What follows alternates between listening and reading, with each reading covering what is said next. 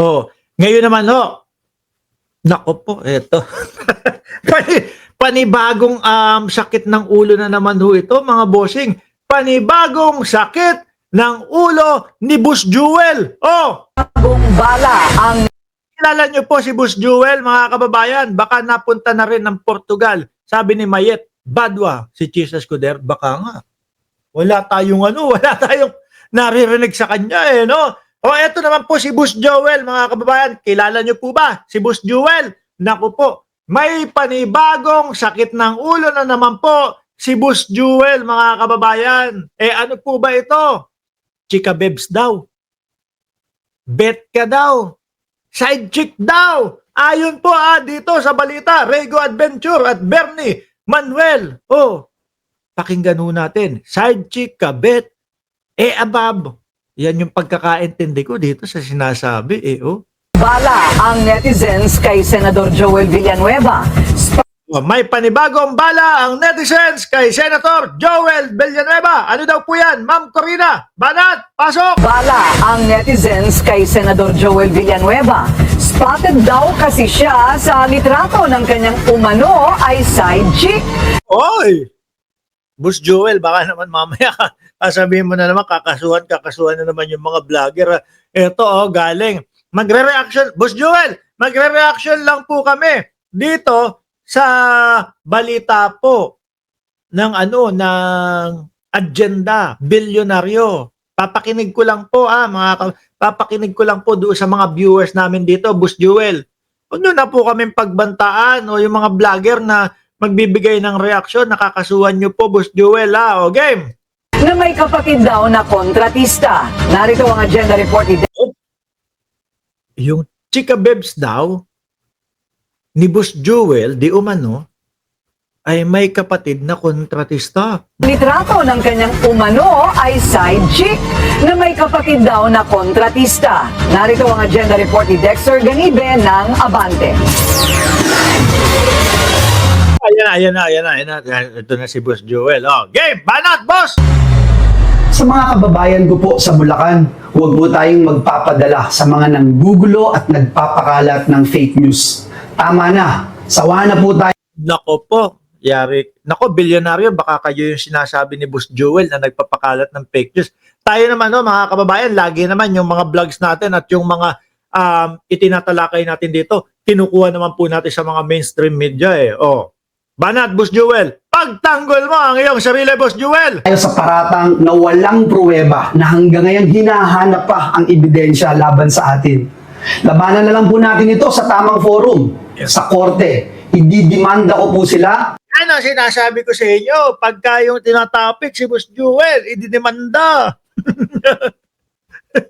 Meron na ba na may napangalanan na ididemanda si ni Boss Joel? Dapat inaasikaso ni Boss Joel. Yung kumbaga ipagtanggol niya na lang mismo yung mga pinapakita ni Bryce Hernandez, 'di ba? John Capacete at Alonly TV. At doon ko din po sila haharapin lahat. Basta na lang Sa kabila ng mga pagtanggi ni Senador Joel Villanueva sa mga paratang sa kanya at sa bantang dadalhin niya sa korte ang usapin, hindi pa rin siya tinantanan ng mga netizen. Wala pa din, walang natakot kay Boss Joel kahit na sinasabi niya, didemanda ko kayo! Dapat yun kapag kagano mga bossing, may chilling effect na ho yun doon sa mga kung sino man yung gusto demanda ni Boss Joel. Siguro ihinto na yung Kaya lang ito mga kababayan, paano naman to? Personal na buhay naman po ito. Chicks daw side chick. Bet ka. Salitang kalye. Bet ka. Unang mga taong ayon sa senador ay gusto lang sirain ang kanyang karera sa politika. Ngayon, sa personal na buhay naman ni Tess naman, nakatutok ang spotlight ng Tess naman. Yak. Grabe ka Kung may chick si Boss Joel, yak naman talaga mga kababayan kung may ibang above tapos may asawa o kaya may girlfriend. Di ba? Tess naman. Yak. Grabe ka, bakit ka kumakabit? Ganun, syempre, ang magiging reaction, di ba? Mga bossing. social network na Reddit. Sa Reddit account na Bulacan Anomaly, Naku, ayan Ayan daw, lalakyan ko. Hindi importante yung mukha ko dito, lalakyan ko. Naku, ayun daw. Bulacan, Reddit. O, lalakyan ko pakinggan nyo post ang larawan ng babaeng kinilalang si Angelica Corporal. Ayan, Angelica Corporal daw po. Base po, dyan mga bossing. Pero ang nakakuha ng atensyon ay ang refleksyon niya sa salamin na nasa kanyang likuran, na kung iso-zoom, Nako! Nako!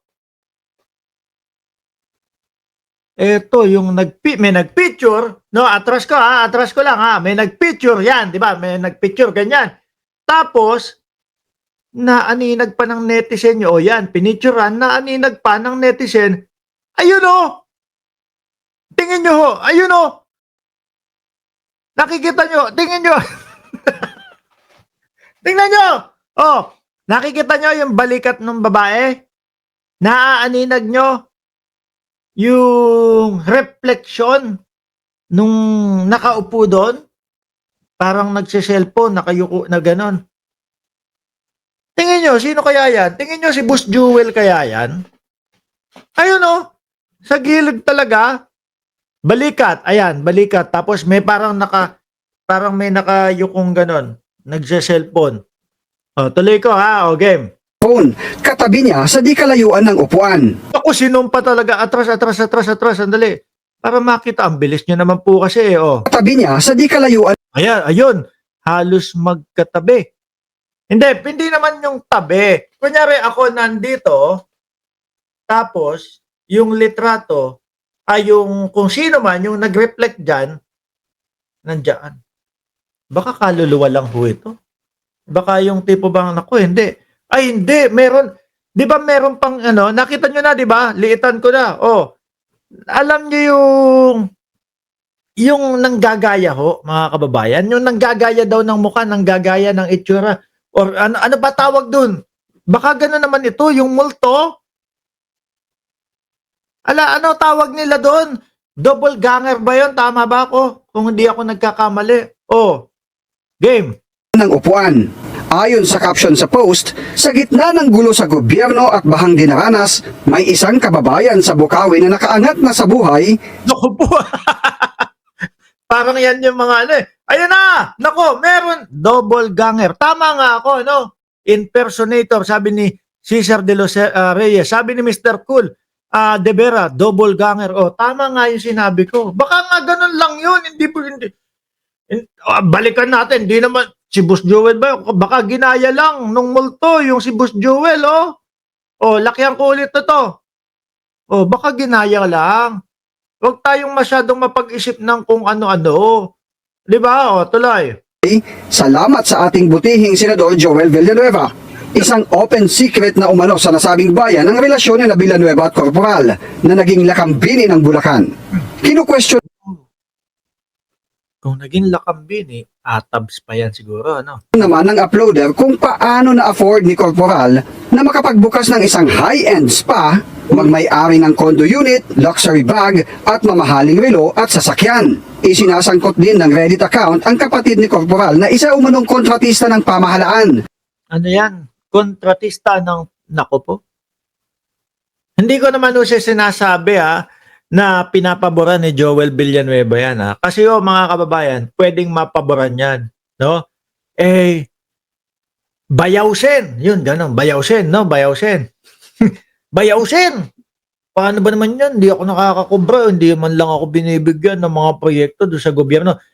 Itong sinasabi ko, maaari lang mangyari o posible lang mangyari, Pero hindi ko rinerekta na siya talaga to.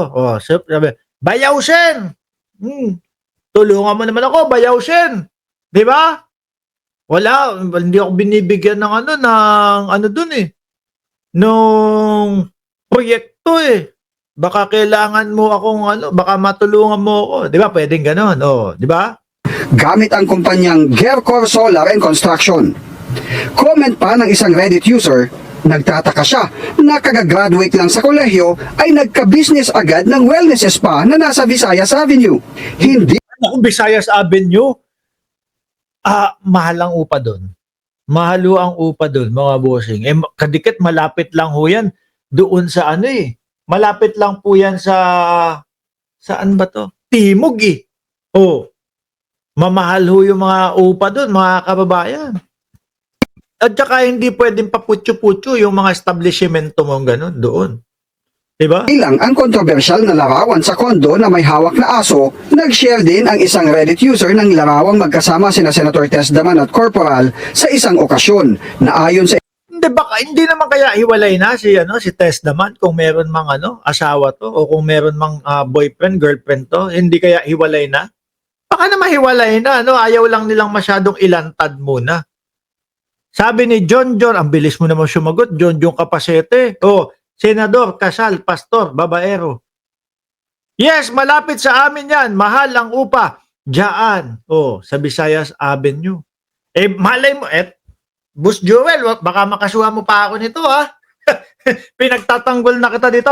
Like example, baka naman, anak, kunyari, yung pamilya, like example, mga kababayan, yung mga magulang, eto anak, kapag ka ikaw ay nakagraduate, mabibigyan o bibigyan ka namin agad ng isang negosyo na patatakbuhin mo. Baka naman may kondisyon ng ganun. Baka, Boss Joel, baka kasuha mo pa ako nito, pinagtatanggol na kita. Baka naman mag-enroll lang sa TESDA, sabi ni Mr. Cool. Pero, ilang comment ay kaarawan ni Corporal. Hiningan natin ang komento si Senator Joel Villanueva, subalit binura niya ang basahin natin. Ano daw?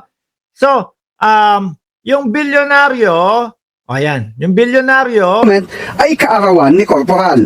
Hiningan natin ang komento si sinend nila yung picture, sinend ng bilyonaryo yung picture doon kay Boss Joel.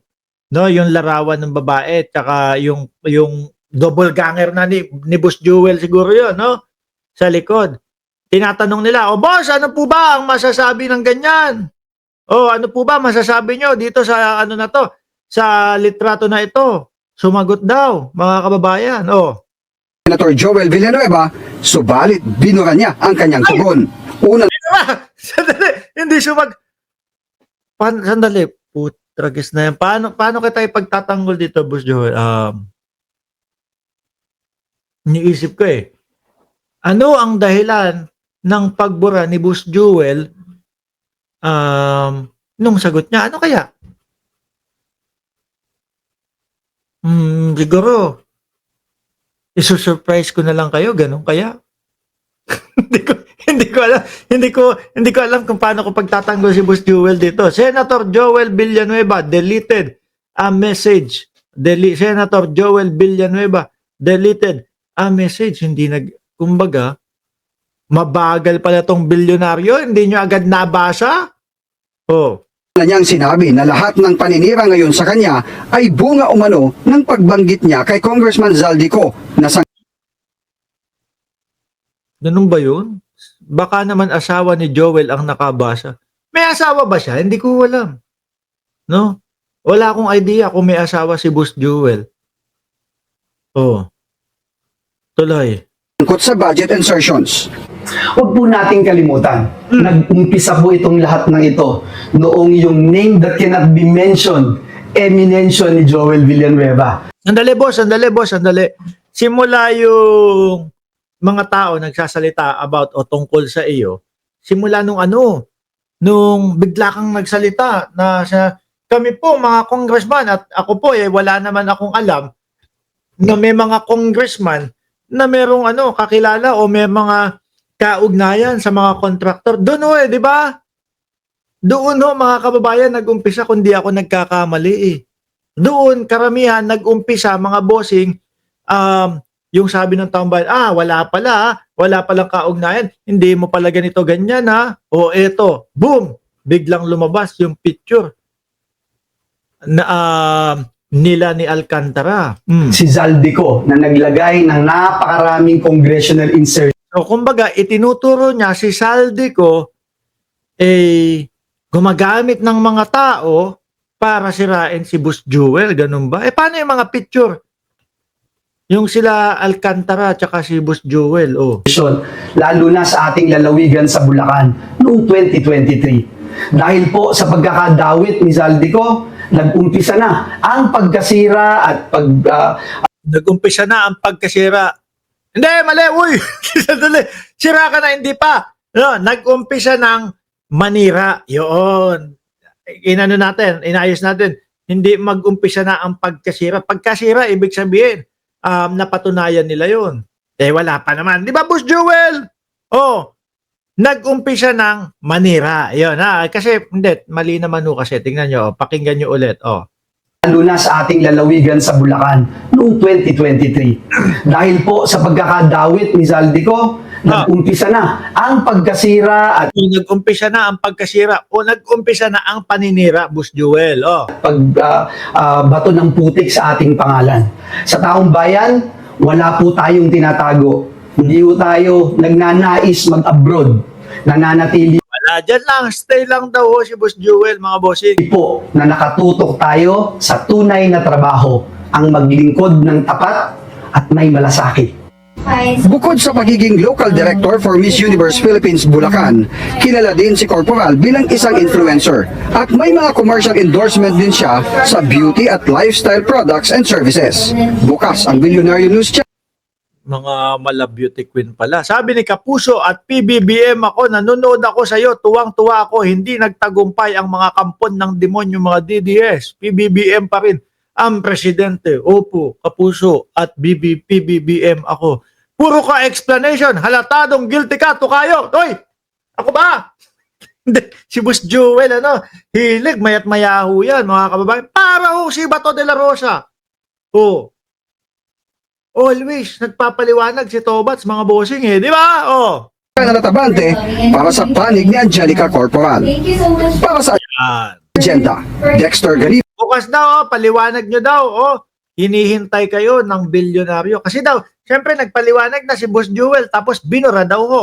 Sana hindi na kayo aabalahin kung tinuloy-tuloy na ni Boss Joel yon. Bakit kayo, mga kababayan, dyan sa comment section, pakikomento nyo nga, ano ang dahilan kung bakit kaya binura ni Boss Joel, mga bossing, yung kanyang reply